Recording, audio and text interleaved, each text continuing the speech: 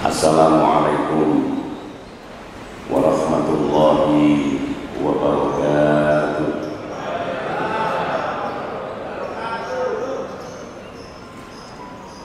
Alhamdulillahirabbil alamin. Wassalatu wassalamu ala asyrafil anbiya'i wal mursalin Sayyidina Muhammadin wa ala alihi wa sahbihi ajma'in.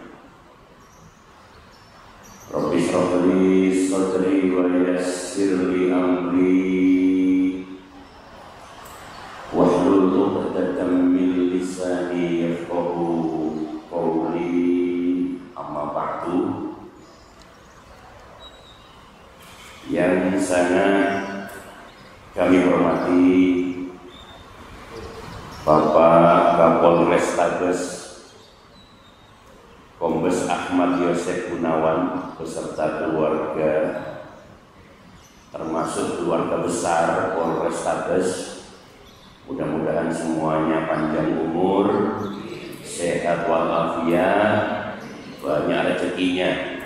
Al-Fatihah. A'udzubillahi minasyaitonirrajim. Bismillahirrahmanirrahim. Alhamdulillahirabbil alamin arrahmanir rahim maliki yaumiddin. Iyyaka na'budu wa iyyaka nasta'in ihdinas siratal mustaqim siratal ladzina an'amta 'alaihim ghairil maghdubi 'alaihim waladdallin. Amin.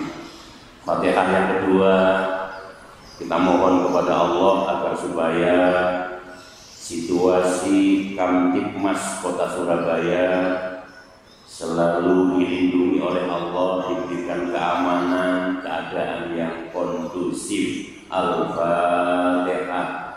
A'udzubillahi minasyaitonirrajim. Bismillahirrahmanirrahim. Alhamdulillahirabbil alamin arrahmanir rahim maliki yaumiddin. Iyyaka na'budu wa iyyaka nasta'in ihdinas siratal mustaqim siratal ladzina an'amta 'alaihim ghairil maghdubi 'alaihim waladdallin. Amin. Bapak-bapak, ibu-ibu, serta anak-anakku yatim yang sangat saya banggakan. Pertama yang ingin saya sampaikan bahwa agar kita semua tidak kaget nanti, perkiraan untuk awal Ramadan ini ada perbedaan di dalam memulainya. Ada yang akan mulai pada hari Sabtu, dan barangkali nanti ada yang akan memulai pada hari Ahad. Ini penting kami sampaikan agar supaya panjenengan semua, loh kok beda ini misalnya gitu ya. Tapi memang tahun-tahun yang sudah lama sekali ya sering terjadi perbedaan seperti itu ya. Oleh karena itu kita sikapi, kalau memang terjadi perbedaan, kita sikapi dengan arif dan bijaksana. Karena yang akan memulai hari Sabtu itu juga ada dasarnya, yang akan memulai hari Ahad itu juga ada dasarnya. Cuma yang terpenting, dasar atau dalil itu harus kita kembalikan kepada Al-Quran dan hadis Rasulullah Muhammad Sallallahu Alaihi Wasallam. Nah, bagaimana sebenarnya menurut Al-Quran, bagaimana sebenarnya menurut hadis cara atau patokan di dalam memulai awal Ramadan, kemudian awal bulan Syawal ataupun awal bulan-bulan yang lain. Oke. Di dalam Al-Quran Allah sudah menjelaskan A'udzubillahi minasyaitonirrajim. Ini kalau tidak keliru ayat ini ada di surat Al-Baqarah ya. Cuma ayatnya kami lupa. Tapi yang pasti ada di surat Al-Baqarah ya. A'udzubillahi minasyaitonirrajim.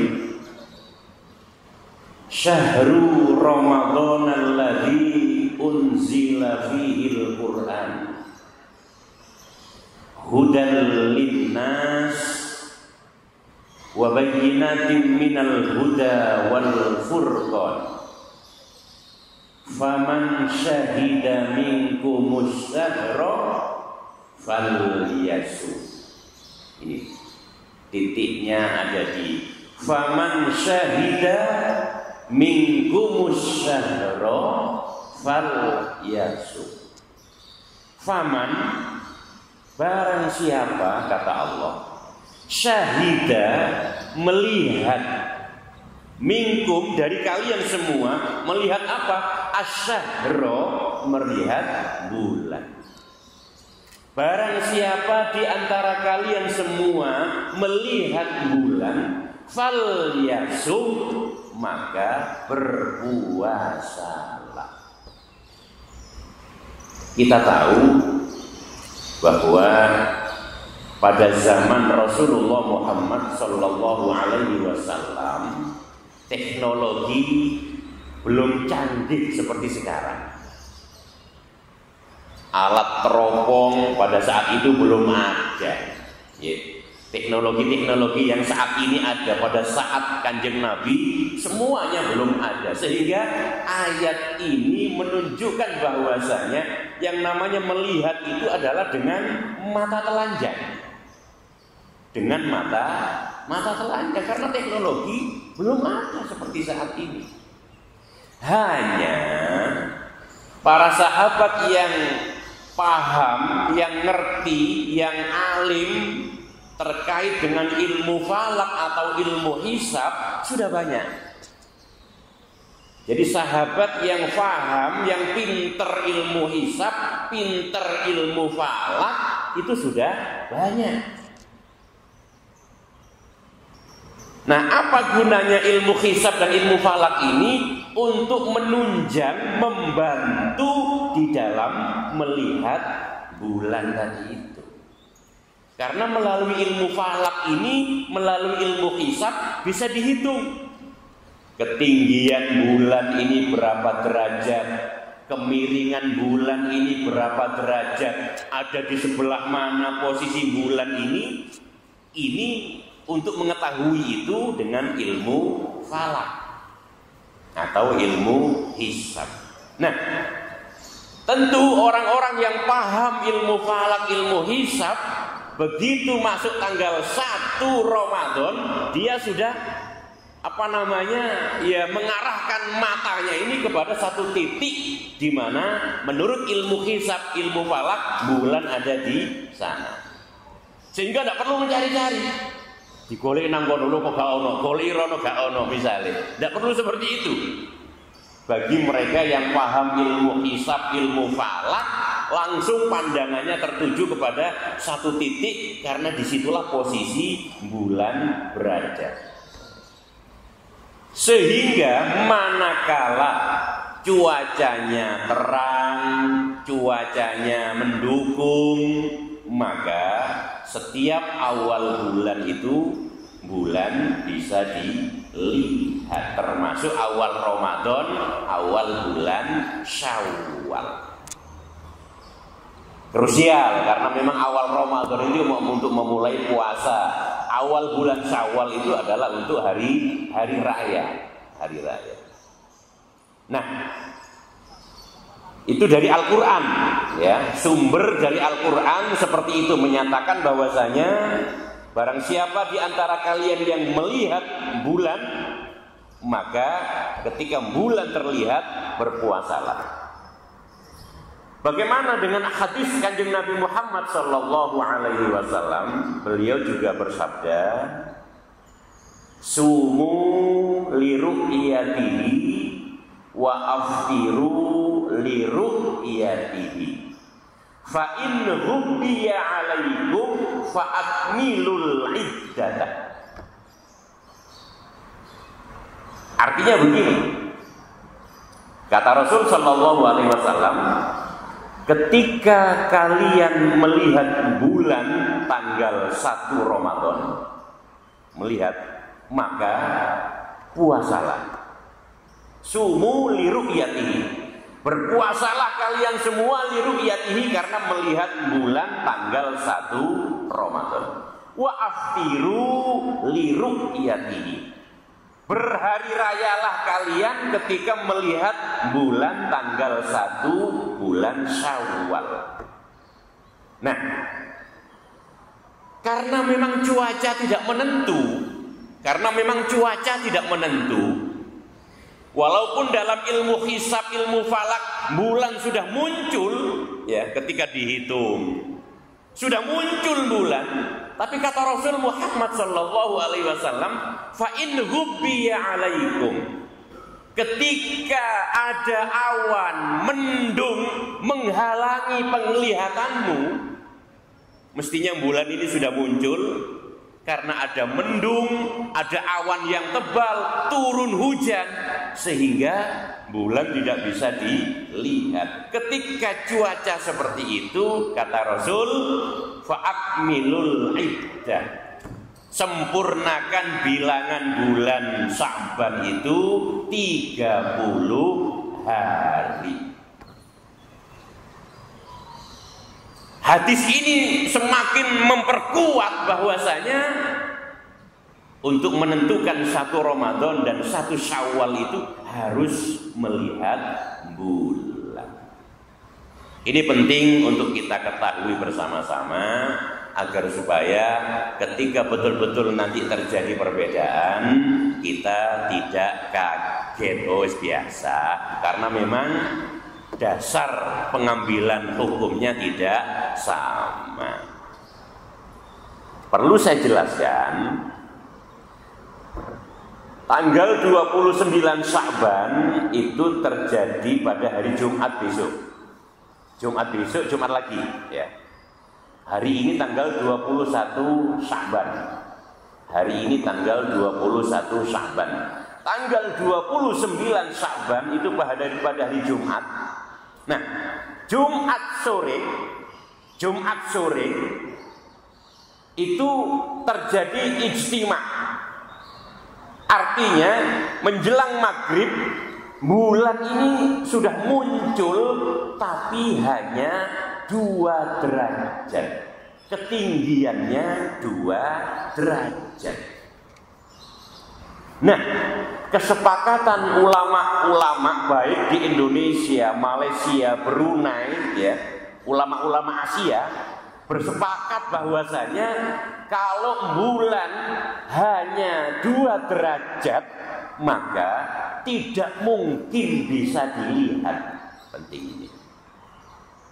Kalau bulan hanya kemunculannya 2 derajat karena sangat kecil dan tidak mungkin bisa dilihat. Ini kesepakatan ulama-ulama Asia, Indonesia, Malaysia, Brunei, ya, dan yang lain. Sehingga apa? Ketika masih 2 derajat ini maka bisa disimpulkan bilangan Sya'ban ini digenapkan 30 hari. 30 hari. Sehingga apa? Ya, sehingga dimulainya awal Ramadan itu pada hari Ahad. Tapi bagi ulama yang berpendapat, wah muncul kok. Kalau sudah muncul walaupun 1 derajat, 2 derajat, ya sudah masuk bulan Ramadan. Nah, jadi perbedaannya itu di sini. Sehingga kemungkinan ada yang memulainya hari Sabtu, ada juga yang memulainya hari Ahad atau hari Minggu. Nah, bagaimana menghadapi situasi dan kondisi yang seperti ini? Nah, kita punya pemerintah. Atiullaha wa atiur rasula wa ulil amri minkum. Taat taatlah kepada Allah, taatlah kepada Rasulullah, dan taatlah kepada para pemimpin. Ya, negara kita ini punya pemimpin, punya presiden. Presiden punya pembantu, ada menteri-menteri. Nah, menteri yang membidangi masalah keagamaan ini adalah menteri agama.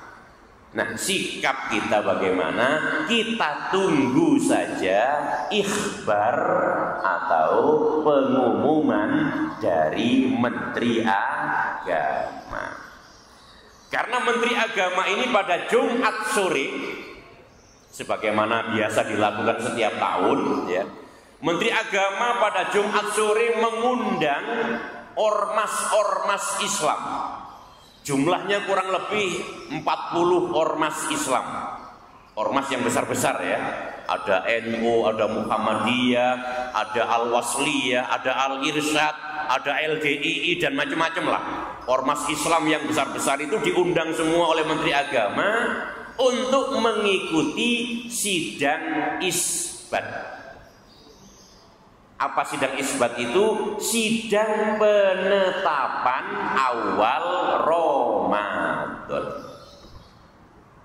Pada Jumat menjelang maghrib, Menteri Agama akan melakukan musyawarah dengan ormas-ormas Islam untuk menentukan tanggal 1 Ramadan. Ketika Jumat sore itu ada sebagian wilayah di Indonesia yang melihat bulan, maka insya Allah puasanya pada hari Sabtu. Tapi kalau Jumat sore ini di wilayah Indonesia dari timur sampai ke barat kok tidak ada satupun yang bisa melihat bulan, barangkali nanti Menteri Agama juga menentukan 1 Ramadannya hari Ahad atau hari Minggu. Nah, ini mari kita tunggu bersama-sama sidang isbat penentuan awal Ramadan yang dilakukan oleh Menteri Agama beserta ormas-ormas Islam yang lain. Ini agar supaya kita tidak kaget nanti manakala betul-betul terjadi perbedaan. Yang kedua, ini karena waktunya terbatas, jadi saya ingin tidak memperpanjang materi, yang penting kita semua bisa paham gitu ya. Yang kedua yang ingin saya sampaikan bahwasanya di dalam menghadapi bulan Ramadan yang kurang 9 hari lagi, di dalam menghadapi dan memasuki bulan Ramadan yang kurang 9 hari lagi ini, mari kita sama-sama menata hati kita. Ya napa carane nata ati niku, usahakan ati kula kali panjenengan, hati kita usahakan merasa senang dengan akan bertemu bulan Ramadan. Usahakno atine awak dhewe iki rumangsa seneng karena badhe ketemu kali bulan Ramadan. Nyuwun ngapunten, mohon maaf, ini saya sampaikan karena tidak semua umat Islam atine seneng Pak ngadepi Ramadan.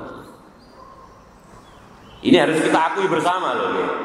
Harus kita akui bersama. Coba jenengan tanglet gini orang-orang yang kerja kuli batu misalnya. Waduh, mari gini Ramadan. Poso panas-panas mohon poso. Ya, tukang becak misalnya. Nek kalau kali panjenengan yang kerjanya di dalam ruangan barangkali mboten enten masalah, ngoten lho nggih. Enjoy saja. Nah, ini artinya ada sebagian umat Islam yang rumangsa atine niku kurang seneng terhadap kehadiran bulan Ramadan. Nah, ini yang perlu kita persiapkan. Bagaimana hati kula kali panjenengan apapun napa jeneng aktivitas kula kali panjenengan nggih. Kita usahakan hati niki rumangsa seneng ketika akan bertemu dengan bulan Ramadan. Carane ya napa? Rasulullah Muhammad sallallahu alaihi wasallam sudah memberikan edukasi, pelajaran kepada kita bagaimana cara kita agar supaya hati niki saged rumangsa seneng terhadap kehadiran bulan Ramadan. Ada dua hal. Dan ini disampaikan oleh Rasulullah Muhammad sallallahu alaihi wasallam. Yang pertama, semenjak bulan Rajab, semenjak masuknya bulan Rajab, beliau selalu berdoa, memohon kepada Allah, Allahumma barik lana fi Rajab wa Sya'bana wa ballighna Ramadana. Ini doa dari Kanjeng Nabi ketika beliau memasuki bulan Rajab, memasuki bulan Sya'ban. Allahumma, wahai Allah, barik lana fi Rajab,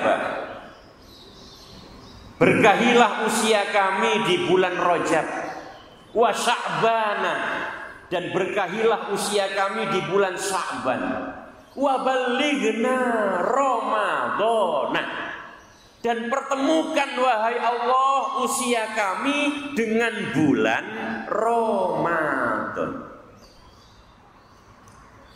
Lek wis ndonga kaya ngene saben dina, Pak. Nek nggone jerone ati niki pasti seneng nalikane badhe ketemu bulan Ramadan. Karena apa? Karena tiap hari kula kali panjenengan nyuwun nang Gusti Allah. Wa ballighna Ramadan, Gusti pertemukan usia kami Gusti dengan bulan Ramadan. Ini resep dari Rasulullah Muhammad sallallahu alaihi wasallam agar tumbuh dalam hati kita senang menghadapi Ramadan. Kula kali panjenengan kudu sering donga kados ngoten niku. Jaluk nang Gusti Allah, Gusti pertemukan usia kami dengan Ramadan. Tambah sering kula kali panjenengan donga kados ngoten niku, insyaallah ati niki tambah seneng ketika mendekati Ramadan. Ramadan kurang sangang dino, alhamdulillah, muga-muga dan ketemu ambek Ramadan. Ramadan kurang sak minggu, alhamdulillah. Masya Allah. Ini resep dari Rasulullah Muhammad sallallahu alaihi wasallam agar supaya ati kula kali panjenengan iki seneng menghadapi bulan Ramadan. Pun. Yang kedua, niki resep dari Rasulullah Muhammad sallallahu alaihi wasallam ya. Dalam hadis beliau menyatakan, man fariha bidukhuli Ramadana harramallahu jasadahu 'alan niran.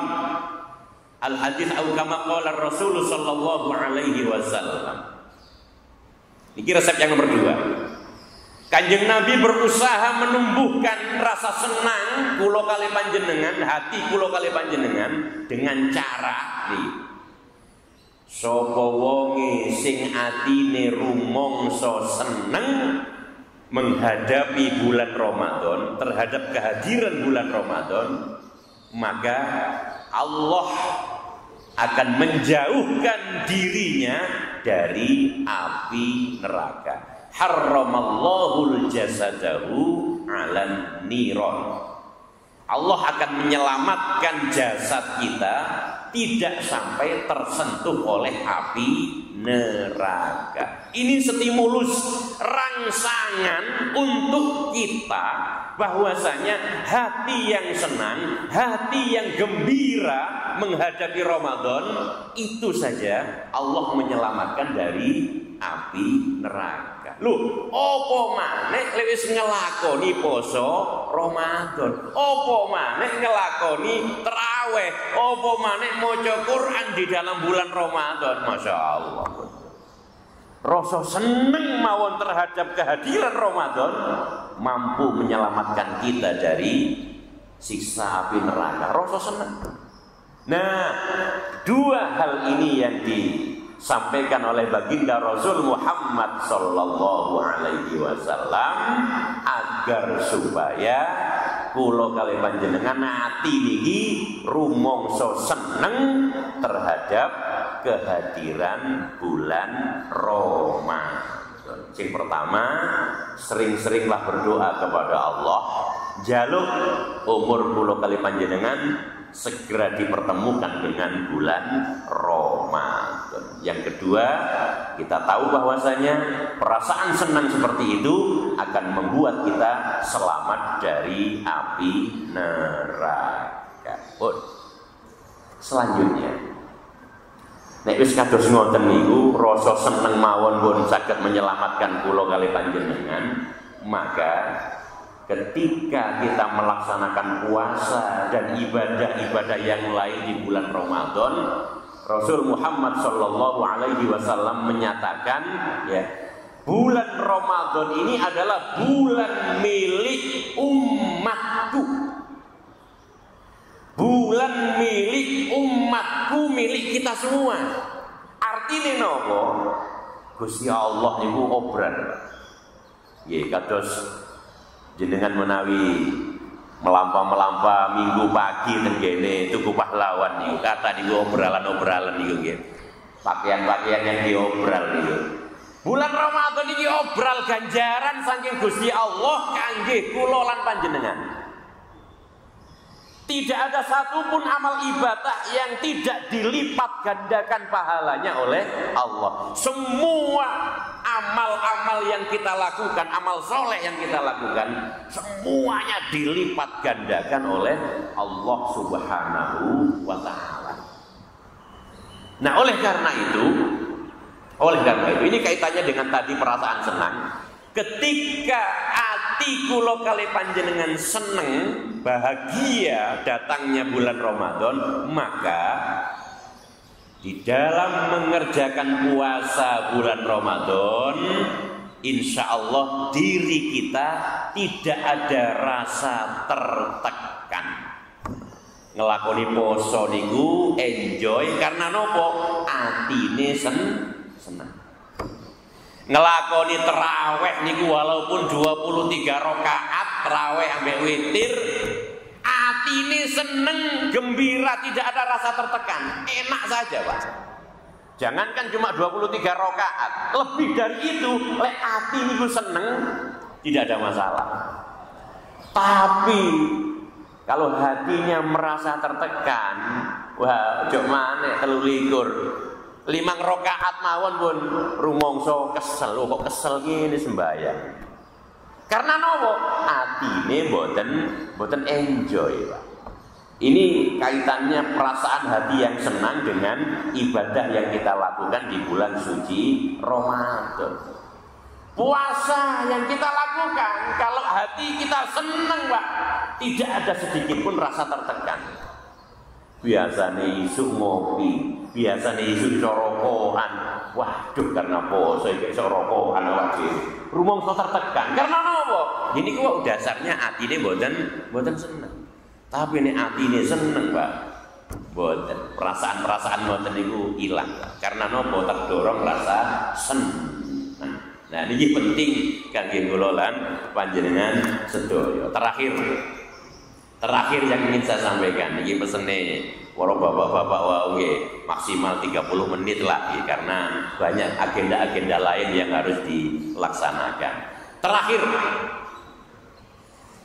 ganjarane poso niki saking gedene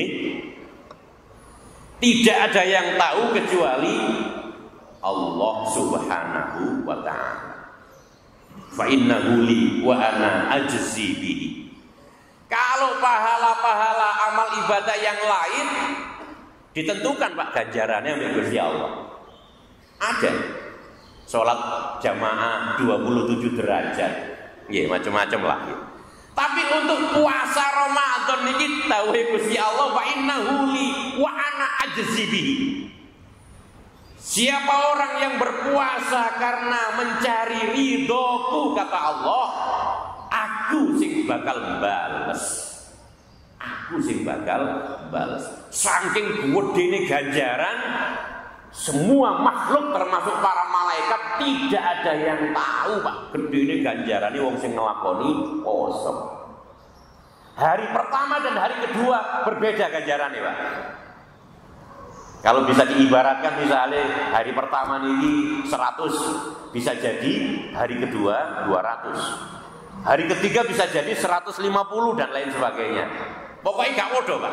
Antara hari pertama puasa dengan hari kedua ini ganjarane berbeda-beda. Nah niki sing ngerti namung Gusti Allah. Saking gedene ganjaran. Nah, ganjaran sing sakmono gedene niki bisa hilang karena yang kita lakukan adalah memang ngilangno ganjarane poso. Posone sah tapi ganjarane dibatalno ambek Gusti Allah. Ada 5 hal. Ada 5 perkara yang akan mampu membatalkan ganjarane poso. Posone sah karena gak mangan gak ngombe, sah posone tapi ganjarane hilang. Eman kan ganjaran sakmono gedene kok hilang ngoten lho nggih. Nggih tewas mangke nang ngene kersane Gusti Allah. Gusti kula riyen nate poso, pundi ganjaran kula? Ya hilang nalikane kon poso mengerjakan salah satu di antara 5 hal iki. Napa mawon 5 hal iki? Pertama, al-kadzibu, berbohong. Goro bahasa Jawane goro. Siang hari ketika kita berpuasa berbohong kepada siapapun, mbuh nanggone anak dhewe, nanggone bojone, nanggone koncone, terhadap siapapun kalau kita melakukan kebohongan, maka ganjarane posone pada hari itu hilang Pak. Dibatalno ambek Gusti Allah. Posone sah karena gak mangan gak ngombe, sah posone. Tapi karena kebohongan yang dia lakukan, maka ganjarane poso niki dibatalno ambek Gusti Allah. Pertama, bohong. Yang kedua, an-namimah, mengadu domba. Nah, mengadu domba ini bisa saja sing diduniki wong padha wonge, bisa saja yang diadu ini hayawan dengan hayawan. Ngedu pete, ngedu doro, ngedu jangkrik. Poso-poso awan-awan kok ngedu doro, ngedu pete lho. Entek Pak ganjarane Pak. Utawa ngedu menungso sing kono ngomong nang kaya ngene nang sing kono ngomong akhire tukaran nih misale. Wah, niku pos sami mawon. Ganjarane entek niku Pak. Walaupun posone sah, tapi ganjarannya dibatalno ambek Gusti Allah. Masyaallah. Pun niku sing nomor kali. Sing nomor 3, al-kadzibu wan namimatu wal yaminul ghamus. Wal yaminul ghamus, sumpah palsu. Sumpah palsu. Napa sumpah palsu niku? Nggih, kita menyaksikan bahwasanya dia betul-betul mencuri. Tapi ketika di depan Pak Hakim, kita mengatakan, "Oh, mboten Pak Hakim, niku mboten pencuri niku jenenge napa jenenge dia bersumpah, wallahi Pak Hakim dia tidak mencuri misalkan." Nah, ini jenenge sumpah palsu padahal dia tahu kalau benar-benar dia pencuri. Tapi di depan Pak Hakim dia bersumpah bahwa dia tidak mencuri. Niku sumpah palsu. Nah, itu kalau dilakukan ya batal Pak ganjarane. Posone sah, tapi ganjarane batal. Sing nomor sekawan. Nggih, cepet-cepetan mawon niki. Sing nomor sekawan al-ghibah. Al-ghibah ngerasani, membicarakan kejelekan orang lain. Dados sing dijenengi ghibah niku membicarakan kejelekan orang lain. Kalau membicarakan napa jenenge prestasi orang lain niku bukan ghibah, bukan ngerasani, memuji. Memuji. Misalkan Kapolres kita punya prestasi, kita bicara tentang prestasinya beliau, niku mboten ngerasani Pak, memuji. Anak yatim siapa ini yang punya prestasi, misalkan Kiroah juara 1 misalkan, kita bicarakan prestasinya, niki mboten ngerasani, tapi memuji. Yang dinamakan ngerasani niku ketika membicarakan kejelekan orang lain.